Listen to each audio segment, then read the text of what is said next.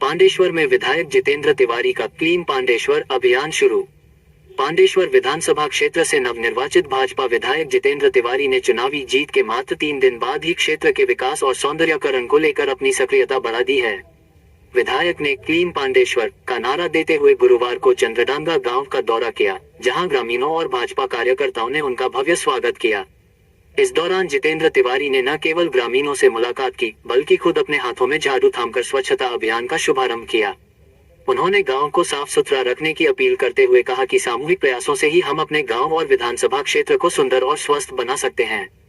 स्वच्छता अभियान के साथ साथ जितेंद्र तिवारी ने राजनीतिक शिष्टाचार और समावेशी विकास पर भी जोर दिया। उन्होंने स्पष्ट रूप से कहा कि भाजपा बदले की राजनीति में विश्वास नहीं रखती और वे उन सभी के विधायक हैं जिन्होंने उन्हें वोट दिया है और उनके भी जिन्होंने नहीं दिया। तृणमूल कांग्रेस की कार्यशैली पर कटाक्ष करते हुए उन्होंने कहा कि भाजपा उस रास्ते पर कभी नहीं चलेगी, बल्कि उनका एकमात्र लक्ष्य पांडेश्वर को विकास के मामले में राज्य में अग्रणी बनाना है।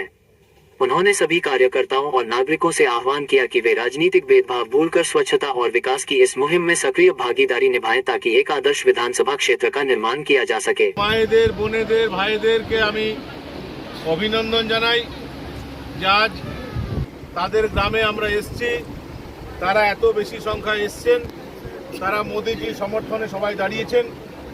দেখুন, ভারতীয় জনতা পার্টির প্রত্যেকটা কর্মীকে আমি অনুরোধ করছি, নির্বাচনে ফলাফল বেরিয়েছে 4 তারিখ, আজ 7 তারিখ হয়ে গেল, 9 তারিখ নতুন সরকার গঠন হবে, কিন্তু নিজের এলাকা পরিষ্কার পরিচ্ছন্ন রাখার জন্য মোদিজি যে মূল মন্ত্র স্বচ্ছ ভারত, সে দায়িত্ব আমাদের কর্মীদেরকে নিজেদের কাঁধে তুলে নিতে হবে।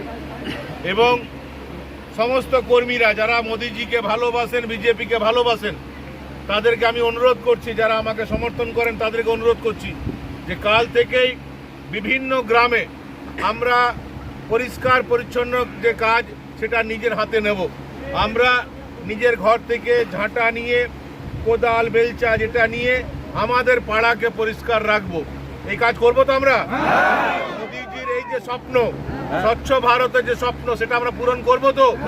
তাহলে কে তৃণমূল করতো, কে কখন হামলা করেছিল, কে কখন গাল দিয়েছিল, সেসব চক্করে আমরা থাকবো না। ভালো কাজে আমরা থাকবো, ঠিক আছে? ওরা খারাপ কাজ করেছে বলে আমরাও খারাপ কাজ করবো, এটা হবে না। আমরা বদলার রাজনীতিতে বিশ্বাস করি না, বিজেপি বদলার রাজনীতিতে বিশ্বাস করে না।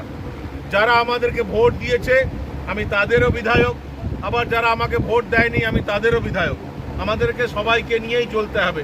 এবং বিজেপির সমস্ত একনিষ্ঠ কর্মীদেরকে অনুরোধ করছি, চন্দ্রডাঙ্গা গ্রামে যেরকম হবে ঠিক একইভাবে বিভিন্ন অঞ্চলে, আমার মণ্ডল সভাপতি আছে, ও নির্দেশ দিবে বিভিন্ন অঞ্চলে ভালো কাজের কম্পিটিশন হোক।